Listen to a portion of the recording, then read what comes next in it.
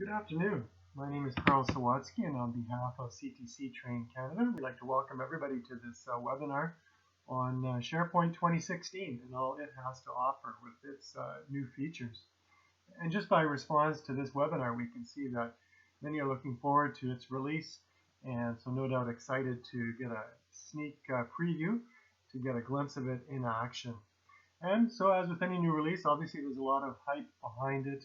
Microsoft does a good job on that, so we're going to get a chance to look behind the hype and really see how much SharePoint has changed from version 2013. Today's webinar will be presented to you by Greg Lutz. Greg has over 13 years of experience with Train Canada and also a lot of hands-on experience as a consultant. So he brings to the table not only the technical skills, but the presentation skills to make this an enjoyable 1 hour. So we're certainly looking forward to this, and without further ado, I'll pass the word over to Greg. Take it away, Greg. Just to give you a bit of background, a bit of information on not only us, but our courses as well. We do provide training solutions for SharePoint. At CTC Train Canada, we really do understand what needs our customers have. To give you an idea, what we do when we train you is we come in and we build what's called a discovery day. Now, this discovery day is booked at no charge, and the idea is to really understand your end goals. Not only to understand your end goals, but to really understand how to get you where you want to go. You sometimes need a little bit of assistance, a little bit of help in some direction, understanding some of the different features and things, and that's where we come in. We really do try and assist and help you to discover exactly what it is that you need. And part of that is to help develop an outline that suits your needs. This way you're not learning about features that you really don't need or features that you just can't see yourself using. And one of the most important things that we provide is follow-up. So one of the things that you can schedule and you can set up with us is follow-up, where if need be, we go desk by desk, or we can just generally hang around and answer people's questions as they go back to the desk and start to use some of the features. You have to admit, there's kind of there's a different feeling when you sit in training and you see a site that's set up a certain way, or features that are set up a certain way, and then when you go back to your desk, being able to hit the ground running sometimes is a little bit difficult, just to get orientated as far as which features you can use most, or which features are even enabled. So finding certain things sometimes can become a bit of a challenge for users when they go back to their desk. And that's one of the things that we provide is follow-up service. So again, if need be, desk by desk, we can assist and help different people, and hopefully again get them up and running as fast as possible.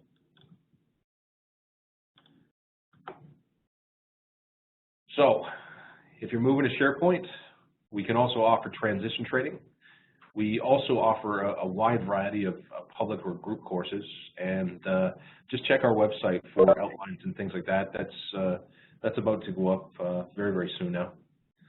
And 3 is the discover, delivery, and follow-up.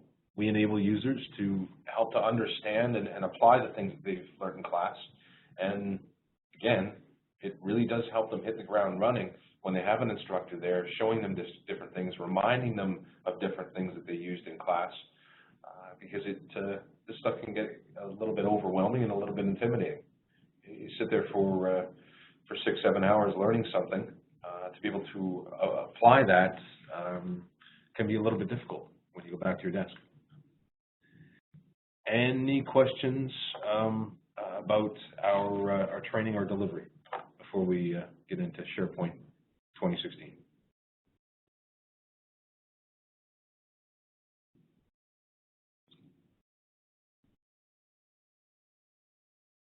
All right, let's get started.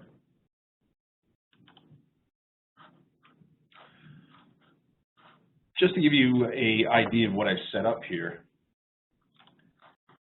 this is just a generic training site, just a generic SharePoint site right out of the box.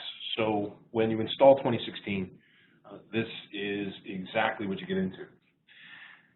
Now, a lot of the changes, to be very, very honest, are a little bit behind the scenes. One of the new features that's kind of new old in a sense is the integration with OneDrive. So when you open up different applications, such as, say, Excel, for instance, here I'll just switch to Microsoft Excel.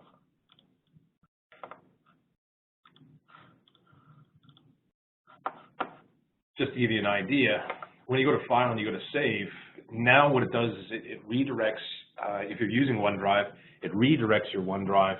So when users go to save, that's the first place that they save,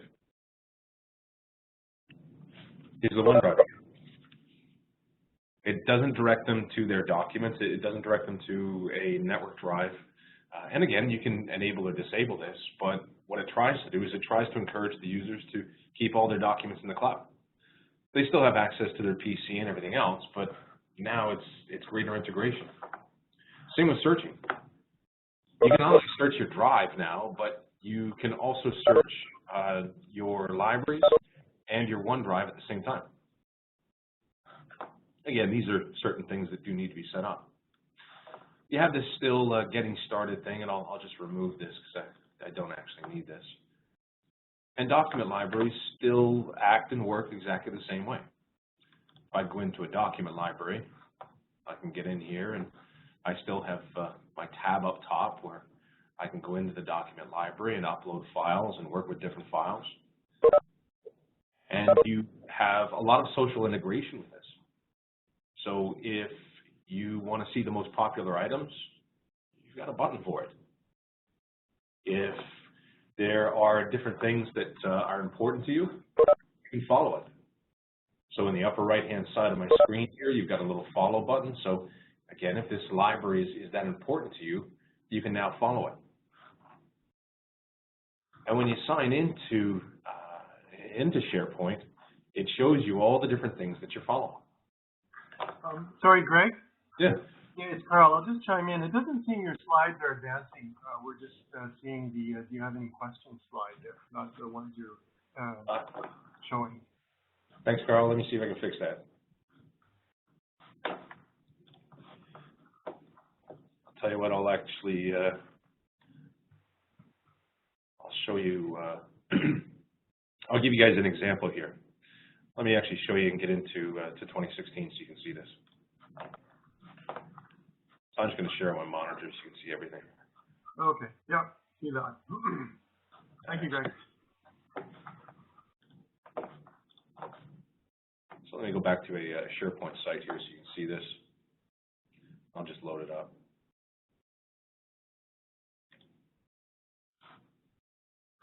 So right out of the box, this is what a default installation looks like. Not that. There we go. So a default installation, when you first install SharePoint, this is exactly what it looks like, very similar to 2013.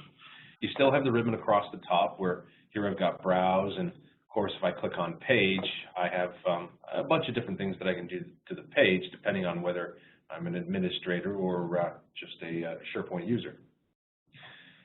You have popularity trends, which is quite interesting. It gives you some insight as to how content is being accessed, how often it's being accessed, and of course, which content is being accessed as well. Here I have another site, Human Resources, and you'll notice with this site, I've added a notebook here. So that's one of the new features with SharePoint is the ability to create OneNote Notebooks online and have it synchronized with your existing OneNote Notebooks. Each site can have their own notebook, so you can leave notes, tips, tricks, all kinds of information, and have it synchronized with your own OneNote. Corporately, you can have it sitting on your phone, and that way you have OneNote with you literally wherever you go. If you haven't used OneNote yet, or if you haven't seen this thing yet, you're missing out. This is by far probably one of the most innovative products that Microsoft has yet.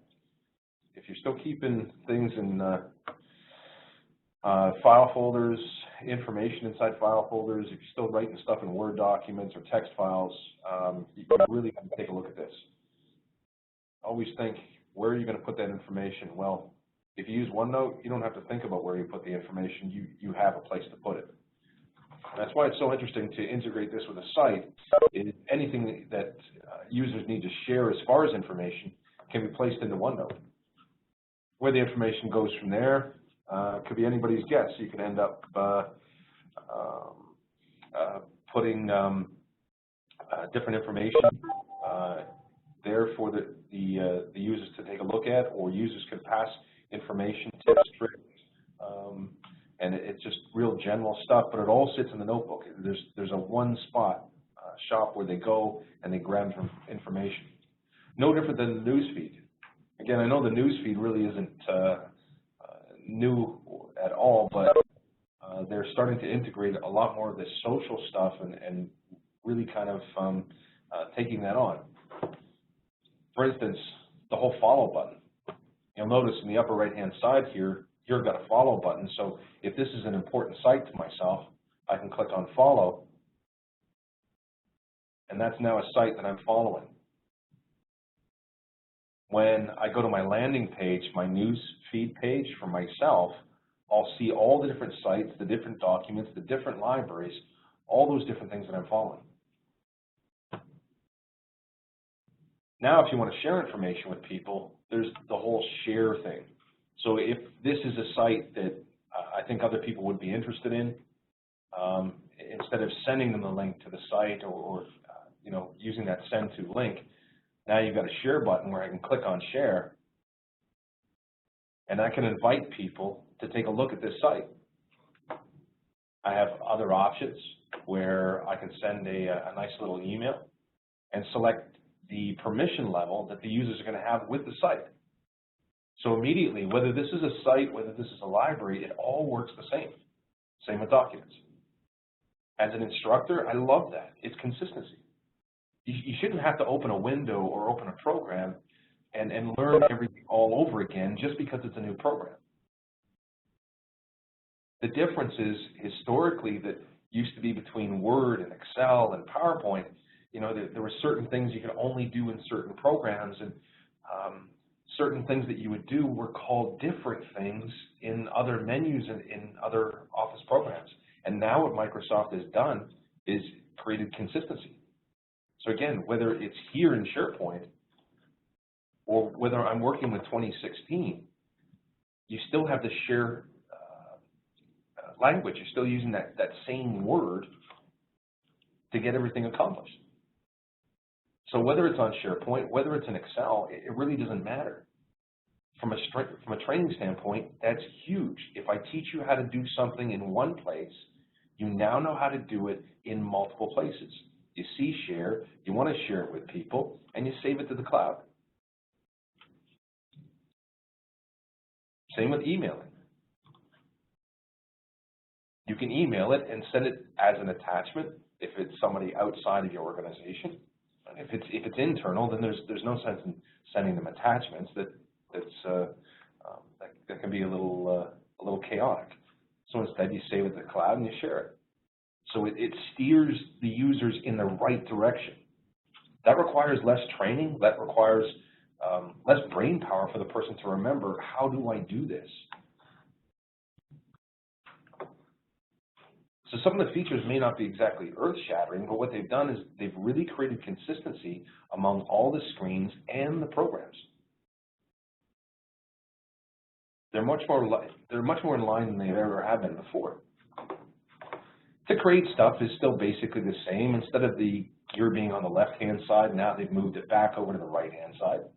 You can edit the page. You can add different pages. If you want to add a site, you can go straight to site contents and add a brand new site. But again, with the language part, now everything's an app. So whether it's your phone, whether it's your computer, when you want to add programs now, they call everything an app, which makes it easier for the users to comprehend. Document library apps, picture apps. Again, there's really nothing new that they've added as far as these different web parts. But the consistency of the language, that has changed.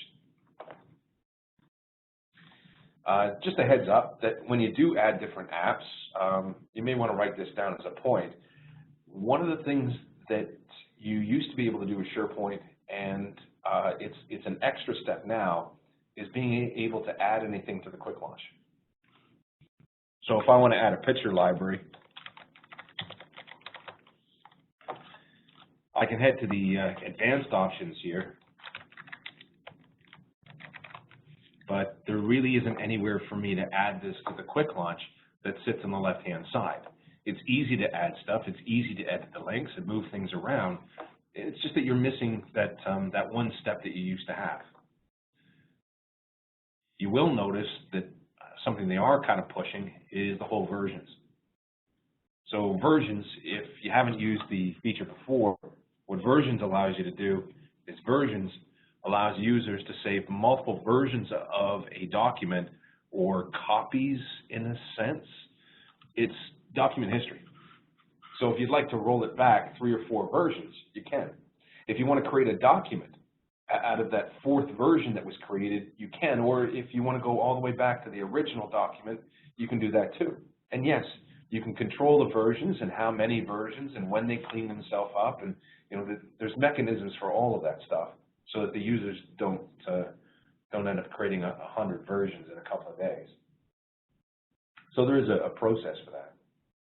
But what it allows the users to do is it allows the users to go back in history to when the document did work, when it wasn't all kind of funky and messed up, with no IT, no backup tapes. They can recover the version themselves. They don't have to get anybody else involved. Or you can set it up so they do have to get approval for things like that. You have a share with button in the library too, so you can share different things with other people. And like I said, if you want to add another site, you can head to Site Contents and see absolutely everything that's in the site.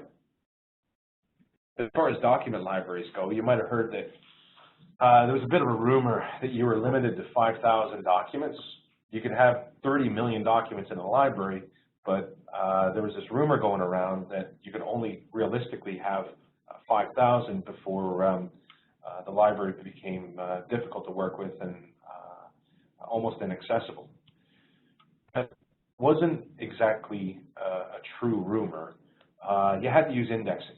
You had to understand how to index your different columns in the library. So Microsoft said, you know what, forget about it. So for 2016, they've done the indexing for you. It's automatic. You create a document. You want to put 30 million documents in a library, you can do that now. And you don't run into the same issues that you did with 2013 or 2010. So they've saved you a step. You don't have to do any indexing on your libraries anymore. I'm just going to switch views here because I want to show you something else too. You would have done it. I've set up a SharePoint site, so it actually has content. I've logged in as one of the vice presidents in Contoso here. Her name is Karen, and when she logs into SharePoint, this is the first thing that she sees. So when users log in, this is what they see. They see home, they see any of the sites that they're interested in. Obviously, the home site is the intranet page. This is the page, the landing page, where users can get into other sites. And then these are some of the followed sites that Karen's been following.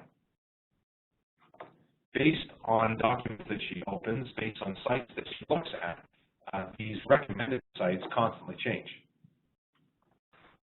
Here we'll go to the home site just so you get an idea of some of the customization that can be done. So they've customized it with the company logo. They put in different web parts here, like the Yammer Newsfeed, to let people know what you're working on, and they can see what other people are working on as well. A list of events is listed here, and they've done a beautiful job graphically with these this tile view. So nothing really earth-shattering. They just really made things look very polished and very nice with some of the new web parts. This is the Yammer web part, where you can follow different discussions that are happening, reply, add replies. Here I can go into, say, operations. When I go into the operations site, here are some of the sub-sites like information technology, legal, accounting. And just an idea, this is what the IT website looks like when a user goes into the IT website. Here they've integrated some multimedia of a nice how-to video. They've also got different how-to guides here, all nice little PDFs. And some other IT help here, a quick reference guide, some product updates, talking about 2013. And again, this is the sales operation group Yammer feed, showing you different conversations that are ongoing.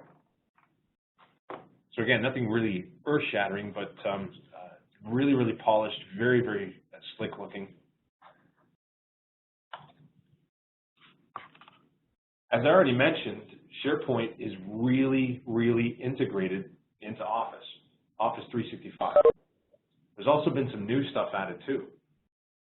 Just to give you a bit of an idea here, they've added Sway as part of the Office 365, and there's your OneDrive. But they've also added some stuff here too, like Planner.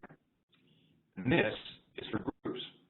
See, if I go into OneDrive here, these are all my different files that I have. But one of the new things, that they've added, they've really pushed groups. Group shows up on the left-hand side, so I could create a group.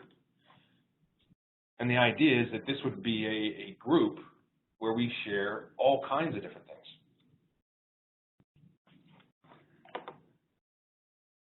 The group really is created in Outlook. So I'll create a group, I'll give it a name, and I'll call it Project Team.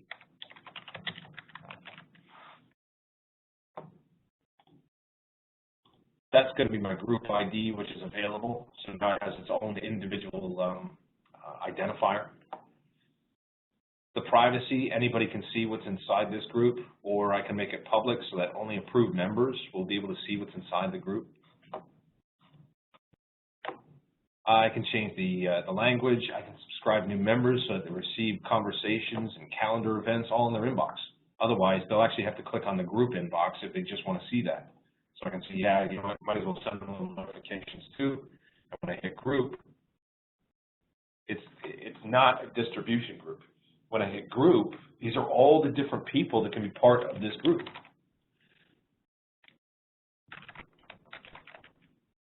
So I could add, say, the administrator, and I also have Stephen. I can add Sanjay as well. Obviously, the different groups come up here, so if you wanted to add a group into that, you can, but I'll just add Alan.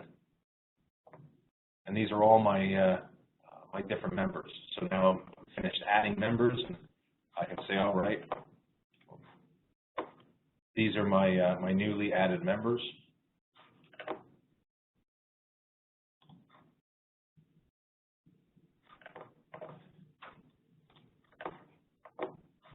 Here I can start conversations.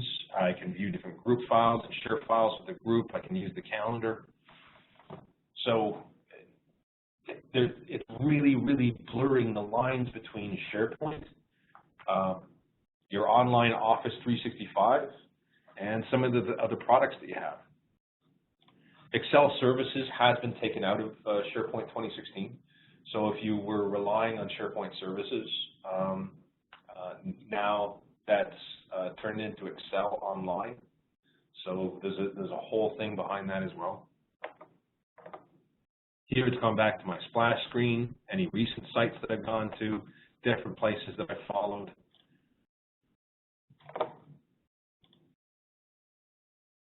And in essence, what you're looking at is your newsfeed. These are the things that I'm following. Everyone, different mentions. I'm following different 12 people, and if you end up using the tags, all of your different hashtags that you've used to describe things also shows here too. So when you use keywords to describe or to tag stuff, these are the different trending tags, and it builds in a tag cloud. So again, not exactly new, but they've really brought some of these features forward so that they're right there in front of the user, so the user doesn't forget about it. I can start conversations here too. My About Me, again, really hasn't changed all that much, but it does look nicer. And what it does is the About Me now opens up another product called Delft. And this is Delft. Here with Delft, you have your profile that's here, a little bit about you, your skills, your department, and these are all in tiles so they can be collapsed. Here it instructs the users how to give a page a bit of a makeover, so you can make it look a little bit more interesting. I'll just close that. Here's some of the recent documents that Karen's been working with. So if this is a document that she's sharing with other people, it just makes sense for her to follow that document. It becomes part of her favorite documents, one of the documents that she does follow, and if anything happens to the document, she'll be notified. Further down, it now shows you different things like some of the different people that you work with. So if I click on, say, I'll click on Molly here. This takes me to Molly's newsfeed, which is really her Delft, her profile.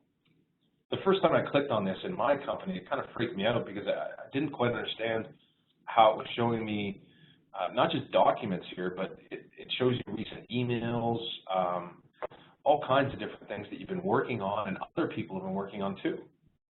The more you collaborate with different people, the more their stuff shows up in Delft that you've been working on. So I'm not chasing things in different file folders or chasing things within different network drives. Everything that I've been working on, as long as we save it in the cloud, as long as we save it on OneDrive, it shows up here and shows me that I've been working on these things. If I don't want to see certain things, I can collapse it. Shows me a little bit more information about it and lets me know that I can add this to the board if I need to. If I want to see all the documents that I've been working on, I can do that. And you can directly access this by clicking on your menu button in the upper left-hand side here and by going to Delft. That's really what you're staring at here. This isn't your SharePoint profile anymore. This is Delft. Here I've actually gone into Delft. You'll notice that it has dropped my profile though. But when you go into it directly, it's not because you're interested in that person. This is your Delft. This is your stuff. All your different documents, all the different things that you've been sharing with people, emails. Here's a PDF that was sent. I can email it from here, or I can take a look at the permissions and see who has access and see who can share this. Most of the time, you're not going to go back 6 months, a year to a document. Most of the time when you're sharing and you're emailing stuff, it's current documents, it's current things that you've been working with. So this is huge. Rather than the user try and find a lot of the stuff that they've been working on, or just try and navigate to that document, open the document up, send that document out, or open up a blank email, type in somebody's name, type in the subject, have to attach the document and send it out. As lazy as it sounds, that's a lot of steps.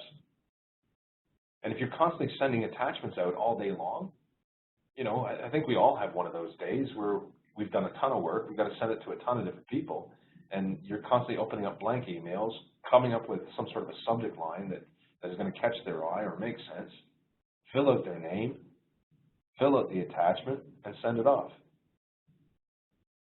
And how many times do you forget to send the attachment? It probably happens a lot less, as the years gone on, but it happens. Every once in a while, you forget. And here, if I want to email it to somebody, all I got to do is send them a link to it. Or if I need to control access, I can click on the double heads that's here, and I can see who has access to this document. Who have I shared this with? I can stop sharing. I can even email everybody and say, hey, everybody, there's a brand new change in this document. Hey, everybody, we got the contract. Hey, everybody, we got approval to move forward on this. I have some advanced features that I can do, and again, nothing really earth-shattering, but this just gets me into some very fine-grained permissions so I can see who's allowed to do what.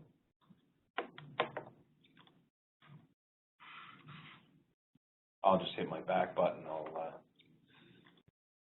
I'll get out of there and I'll come back to Delft. So now they've taken parts of SharePoint and kind of split them off.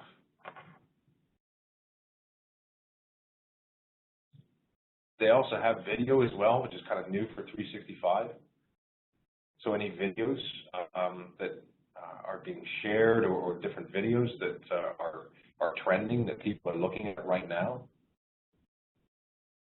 And much like YouTube, you create your own different channels. Channels for help desk and training, information technology.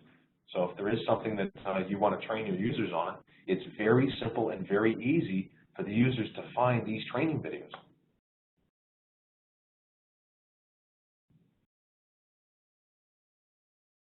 If I have any training videos, I can upload my training videos, and again, very, very simple, very straightforward for users to get into and to look for.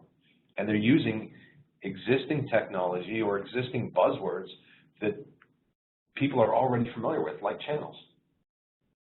Click on video, you go to channels, you get kind of a YouTube feel.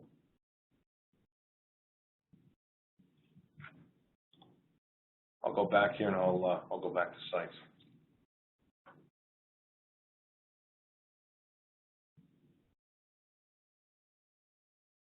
Now you had a component, you still do, you have a BI component, business intelligence, that goes along with SharePoint, and you still do, but they've expanded on that now. So you can use the template that comes with 2016, but for free. You also get Power BI.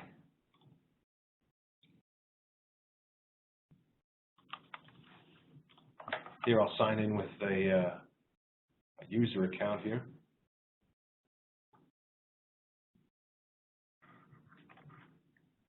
I'll just give you as just an example of a dashboard here.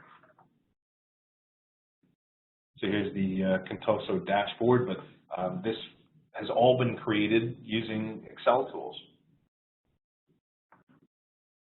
So now, in essence, what you're looking at is this thing called Power BI that's nothing but dashboards. So I can take a look at open buckets, but the idea is that I can check off whatever it is that I want to see and build my own dashboard. The dashboards are interactive, but it's all done through Excel. When it gets uploaded to Power BI. So as I said, in a sense, SharePoint is a lot more. They've taken different parts of SharePoint and really expanded on those parts. Here I'll go back to sites. So I'll go back to SharePoint here.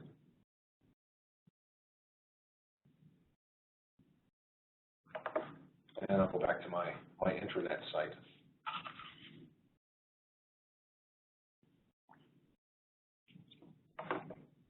Editing tools for the different sites haven't really changed all that much. When you go into a site, I'll go into information technology again.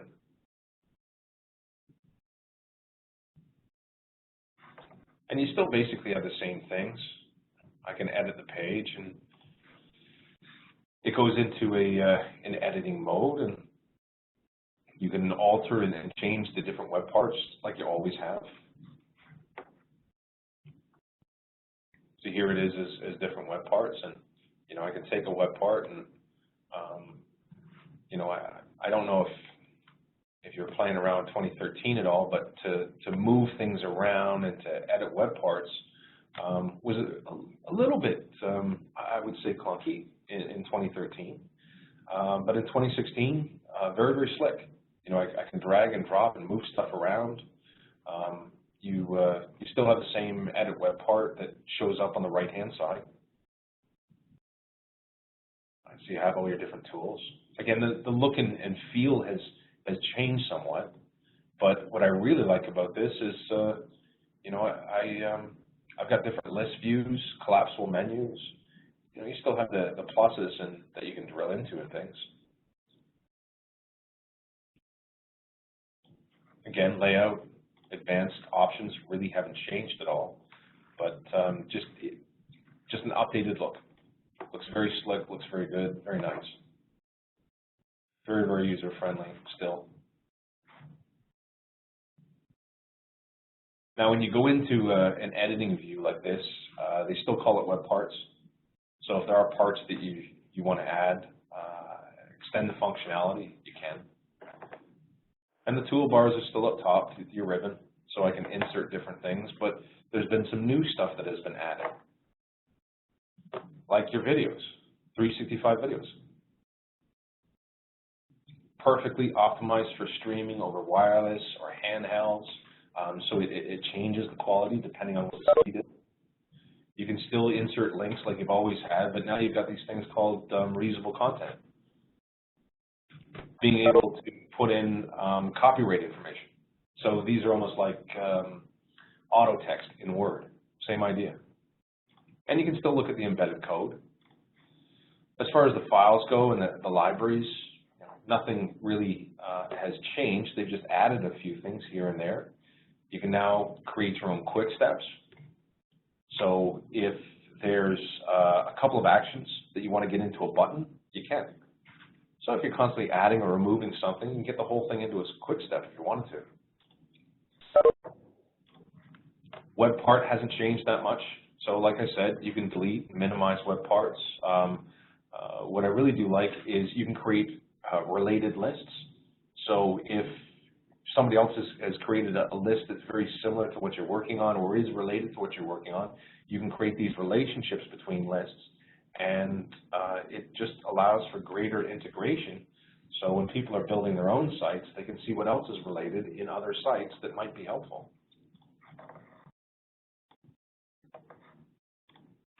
I'll stop editing.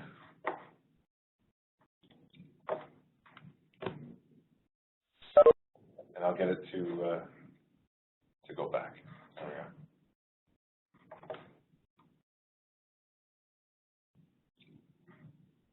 Any questions about any of that stuff?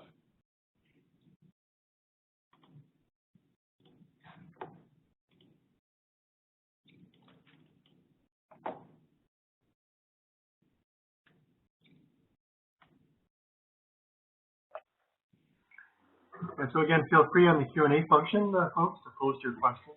I'm not seeing any currently, Greg, but yeah, let us hear through the Q&A if you have any questions for Greg.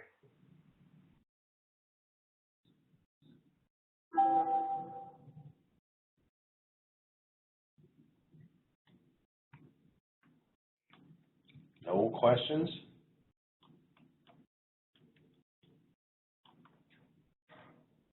All right. I'll carry on. No questions yet, Greg. I'll keep going then. So let me go back to my Newsfeed again here. I know I keep going back to the whole social aspect, but let's face it, that's how we get a lot of things done.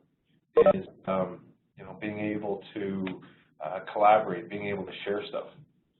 So with the Newsfeed, this is just a great starting point for a lot of people. where they can see what they're following. They can see what everybody's talking about, so I can click on everyone and see what they're following.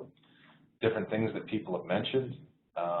So where they've mentioned me in a post, and I can kind of see, okay, you know, this is directed towards me, or this is about me. And how you do that is with the @ symbol. Once again, you're using current things that people are aware of, or things that it doesn't make it hard to train people on. When you want to direct different things on Twitter, on Instagram, on Facebook, you throw in an @ character followed by the person's name, and they're notified on their wall, through email, through their notification system, that, hey, somebody has directed this towards you. So it even teaches you and trains you how to do stuff like that. Not bad. This is all about me, so this is the profile that has been set up online. This is how I edit and alter my profile. So I can get in here and say, yeah, I'm going to edit this.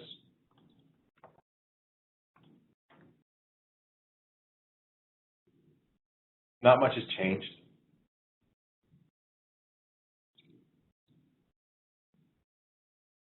So I can swap out the photograph. You know, I can update my Ask Me About and update it with different things like that. I can control who sees what. That's just, you know, basic information. Then I've got my contact information where I really can control who sees this stuff. Some extra details of my skills, my past projects, and again, who can see that. And what all of this does is when you fill this out on your Newsfeed page, it suggests different people that you have something in common with, whether it's a skill, a past project, a school that you both went to, or different common interests. So it tries to build that whole social networking aspect of it. And in a business environment, that really works. That helps to create cohesiveness. It helps to keep each other in the loop. There are different times that you might forget to notify somebody of something, and just by them checking their news feed, following different documents, they can see that it was approved, or that the comments on it were terrific and great, or that the customer had a great experience, and see that customer review without having to send it, you know, to 9 people or 10 people. Forgetting somebody, have to forward it off to them. That's a waste of your time. If people are really interested in the information, then, or it's important, then that's what SharePoint's doing. SharePoint is trying to display and show you the most interesting information to you as a user. So the more that your people use this, the more that you use this, the better SharePoint becomes. There's just a little bit of artificial intelligence that's been built into this thing that shows you things that you're interested in. Very much like Instagram, very much like Facebook or YouTube.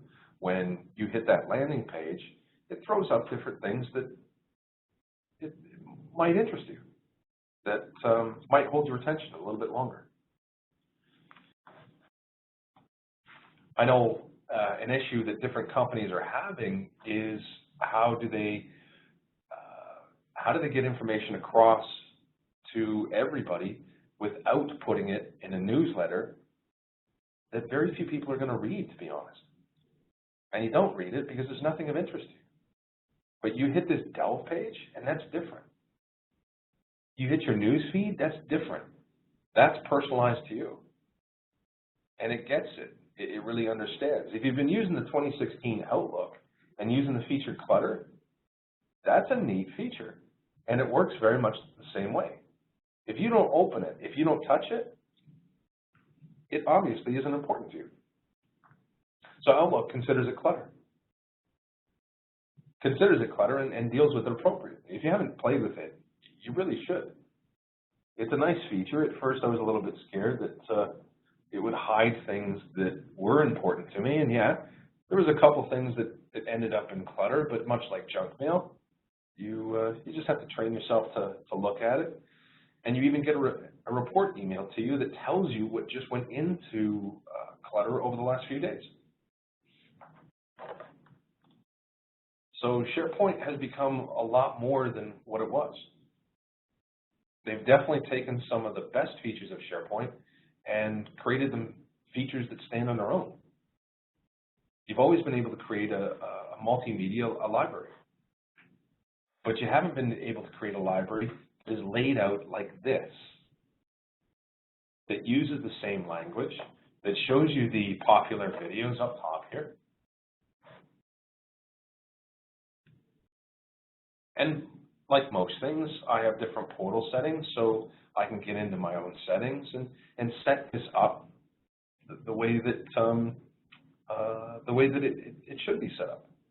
You have channel administrators and video administrators. You can choose what to spotlight and what to put where. So I can say, yeah, you know, this should go into Spotlight 2, and you know, create an Excel workbook. That's something that we're going to spotlight this time.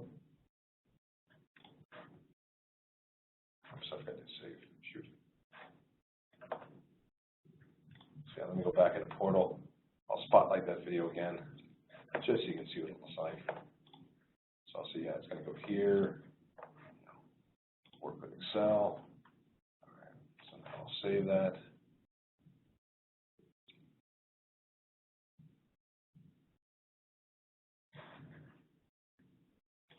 I'll go back to my my channel, and there's my Excel workbook. Very professional, already built for you, and it's just kind of a side feature of SharePoint that they've decided to make its own feature.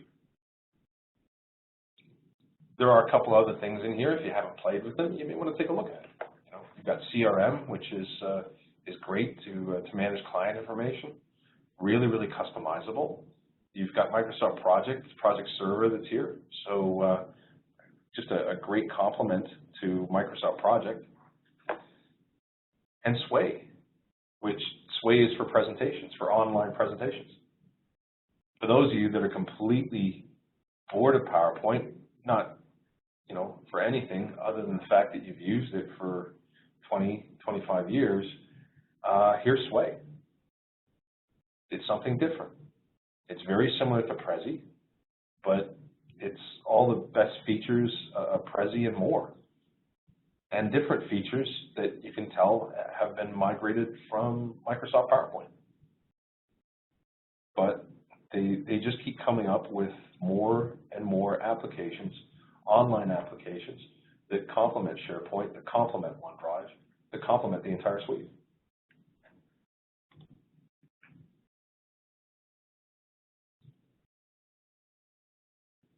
With SharePoint, it still serves up the online version of Word, the online version of Excel and PowerPoint.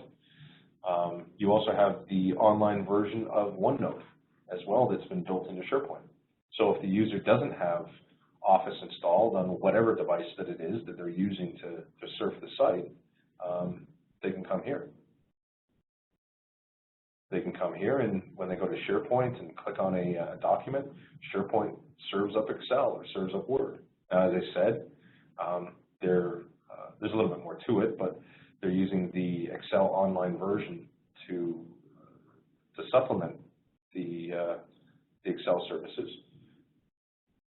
But the online version of Excel just has so many different features, so many cool things that you can do with it, that it was a very, very smart move. Any questions whatsoever about SharePoint? You got to try it out. You really do. Try and go to the Microsoft site, set aside some time, and go through their demo that they have. They have a 2016 SharePoint demo that you can sign up for. Everything is installed and laid out perfectly. I love the idea that I've already got it filled with documents, so I can see how a company would use it without having to upload and create all this stuff myself. You know, when you're trying to evaluate a product, it's kind of nice if you can just sit back and see how other people use it. Any other questions at all? Well, I have one comment. Paul commented, Greg, how he attempted to set it up, I guess the demo that you mentioned, and just commented on how it's a lot of work. I'm not sure if you have any shortcuts or tips and tricks on how to set it up. Oh, Paul, you came to the perfect lazy person. Watch this. Oh, he says not the demo. What were you referring to, Paul? Setting up what?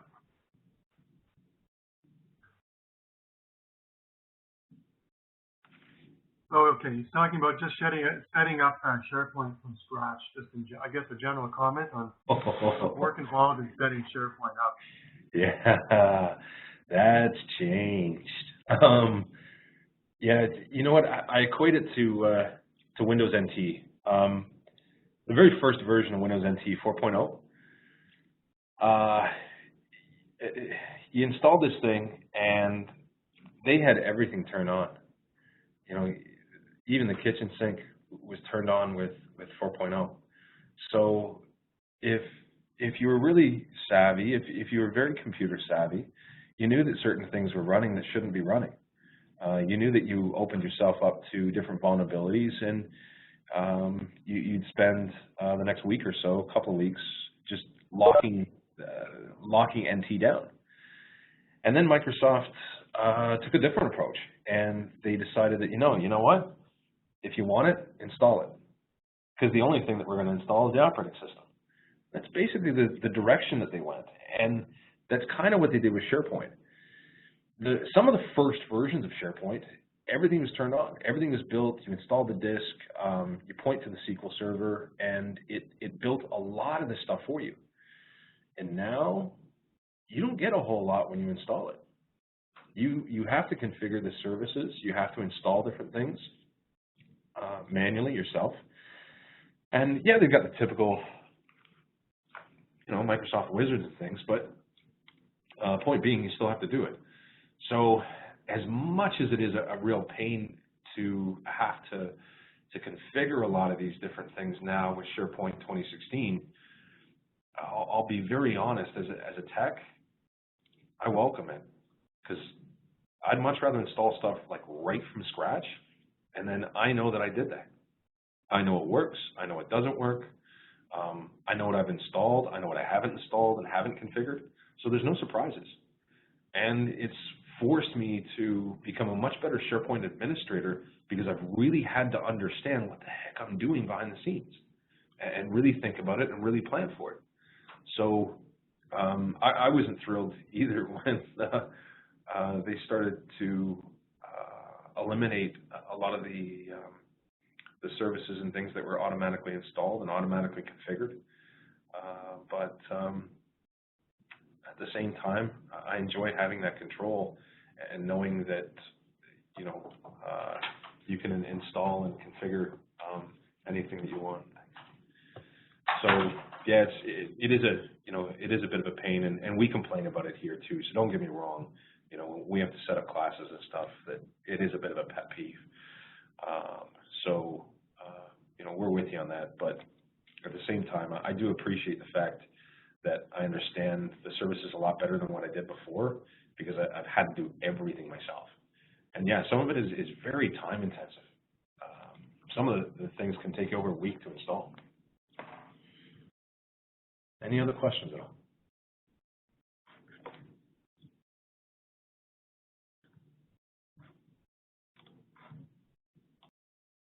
Any books? They're just not making them anymore.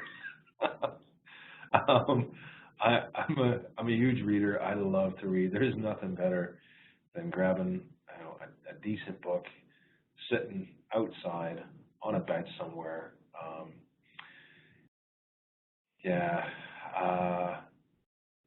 Unfortunately, there really isn't too many books out there.